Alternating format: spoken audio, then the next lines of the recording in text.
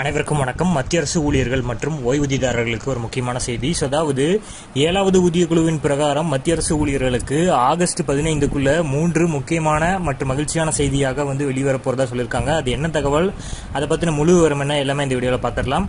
Skip பண்ணாம கடைசி வரைக்கும் பாருங்க. நம்ம சேனலை சப்ஸ்கிரைப் பண்ணாதவங்க பண்ணி வச்சுக்கோங்க. நம்ம சேனலில் சென்ட்ரல் மற்றும் ஸ்டேட் கவர்மெண்ட் சம்பந்தமான ஆல் அப்டேட்ஸ் போட்டுருவோம். அது மட்டும் இல்லாமல் பென்ஷன் சம்பந்தப்பட்ட முக்கியமான அப்டேட்டும் இருக்கும்.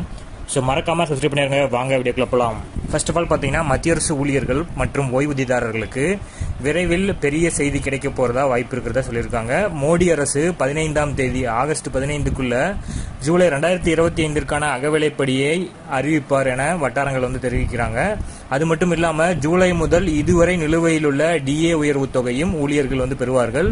மேலும் 8வது சம்பள ஆணையத்தை தொடங்கும் செயல்முறையும் விரிவுபடுத்தப்படும் என எதிர்பார்க்கப்படுகிறது.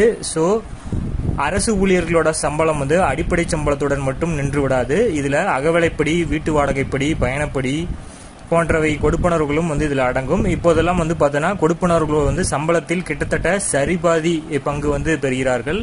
அதாவது ஒருவரோட சம்பளம் அதிகரித்தால் இது கொடுப்பனர்கள் காரணமாக அவருக்கு கிடைக்கக்கூடிய நன்மைகள் இன்னும் அதிகரிக்கும்.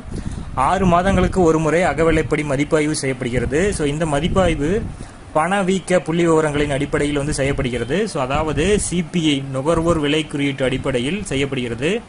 ஜூலை 2025ற்கான டிஏ மதிப்பாய்வு கிட்டத்தட்ட தெளிவாகிவிட்டது. அதாவது ஜூன் மாதத்திற்கான ஏஐசிபியின் தரவுகள் வந்ததை அடுத்து ஜூலை 2025ற்கான அகவிலைப்படி உயர்வு 3% இருக்கும் என உறுதி செய்யப்பட்டிருக்கு.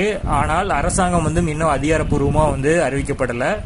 3% டிஏ உயர்வுக்கு பிறகு சம்பள உயர்வு எவ்வளவு இருக்கும் அப்படிங்கறத நம்ம ஒரு எக்ஸாம்பிளா பார்த்துருவோம். ஒரு ஊழியரோட அடிப்படை சம்பளம் 30,200 ரூபாய் என வச்சுட்டோம்னா 55%, அதாவது தற்போது வரைக்கும் பெற்றுட்டு வரக்கூடிய அகவிலைப்படி 55%. அப்படி கால்குலேட் பண்ணும்பொழுது அவருக்கு 16,610 ரூபாய் அகவிலைப்படியாகவே கிடைக்கும். மொத்த சம்பளம், அதாவது அடிப்படை சம்பளமும் இந்த டிஏவும் நம்ம ஆட் பண்ணும் பொழுது கிட்டத்தட்ட 46,810 ரூபாய் கிடைக்கும். இந்த டிஏ 3% அதிகரித்தால் புதிய அகவிலைப்படி அவருக்கு 17,516 ரூபாய் கிடைக்கும்.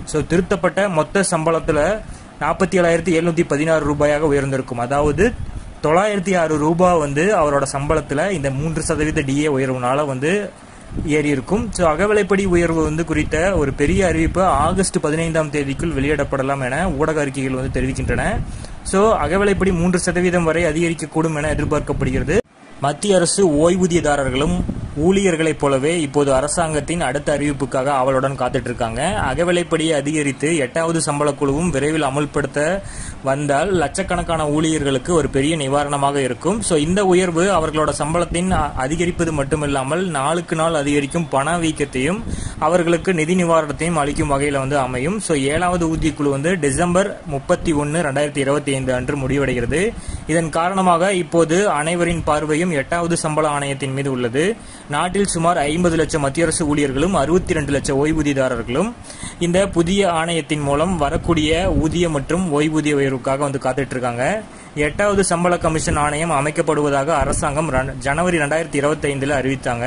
ஆனால் குழுவின் தலைவர் மற்றும் உறுப்பினர்களோட நியமனம் இன்னும் நடக்கவில்லை. இதன் காரணமாக இந்த செயல்முறை தாமதமாகி வருகிறது. இருப்பினும் இப்போது அரசாங்கம் இந்த திசையில் விரைவான நடவடிக்கைகளை எடுக்கும் என நம்பப்படுகிறது. சம்பளத்தில் உயர்வு காரணமாக இருக்கும் பிட்மேன் ஃபேக்டர் 7வது ஊதிய குழுவில் 2.57 இருந்தது.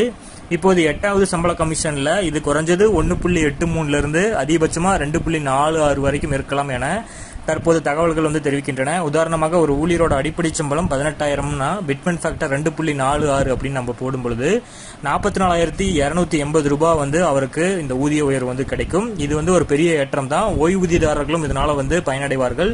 பொறுத்திருந்து பார்ப்போம். மத்திய அரசு சொல்லக்கூடிய ஒவ்வொரு அறிவிப்புகளும் உங்களுக்கு உடனடியாக நம்ம கொடுத்துட்டு வரோம். மறக்காம நீங்க சப்ஸ்கிரைப் பண்ணி பக்கத்தில் இருக்கிற பெல் ஐக்கானே பிரஸ் பண்ணி அதில் ஆல் அப்படிங்கிற ஆப்ஷனை கொடுங்க. அப்பதான் நான் போடக்கூடிய ஒவ்வொரு வீடியோவும் உங்களுக்கு வரும். இது போக மத்திய, மாநில மற்றும் பென்ஷன்தாரர்களுக்கான ஊதியம் சம்பந்தப்பட்ட எல்லாமே நம்ம சேனல்ல கவர் பண்ணிட்டு வரோம். மறக்காம சப்ஸ்கிரைப் பண்ணிருங்க. தேங்க்யூ.